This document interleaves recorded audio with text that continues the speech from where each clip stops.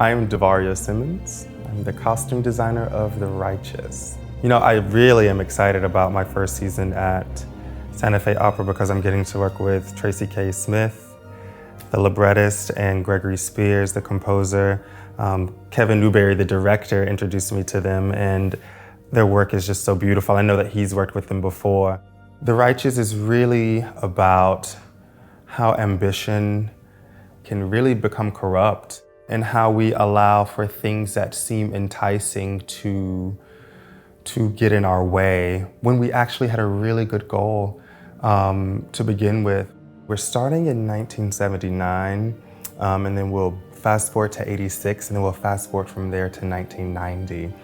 So we'll see 3 distinct periods in the show.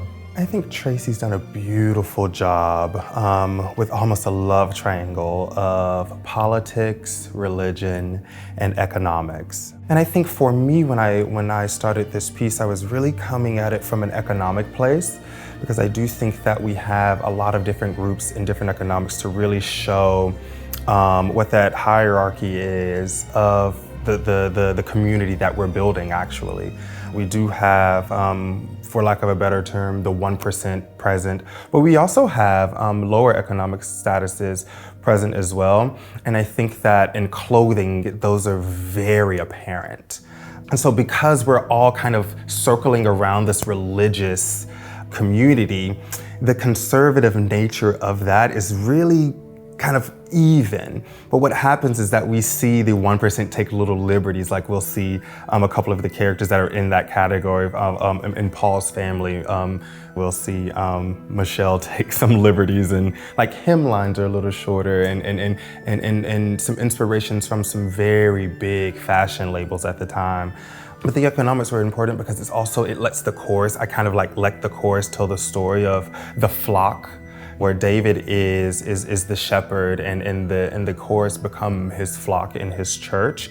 We really see the scape of the different economic statuses, but it's all very pedestrian. I love the 70s.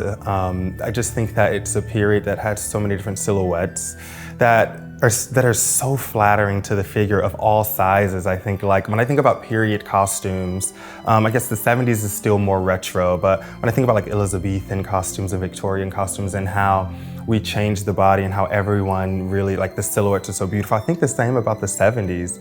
I really think that the shapes and just like the balancing of the shoulders to the pants with the white-legged pants are just so great. I think it's just such a beautiful silhouette. I was looking at a lot of actual like JCPenney's magazines and Sears magazines and Montgomery Ward magazines from the period. And actually a lot of my research and a lot of the things that we are making come from those pages. I'm like, we're making this entire outfit because this is how they would have sold it in the store. In costume world, a lot of the times we like to fabric match, like print match, and make sure that they're like, everything is symmetrical on each side.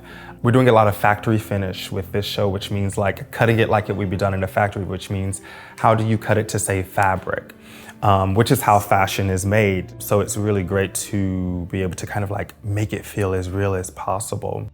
When people finish watching The Righteous, I really want them to really see the arc of where we're going as a people, because I do think that those women, by the end, being able to take their own journeys is really saying something. And when Tracy wrote The Righteous, she did a really good job at not pointing blame. There's really a lot of understanding. And so I think that she leaves it at a place where we really see it as a bright future. It's actually not a tragedy, I don't think. I think we all have hope at the end of The Righteous.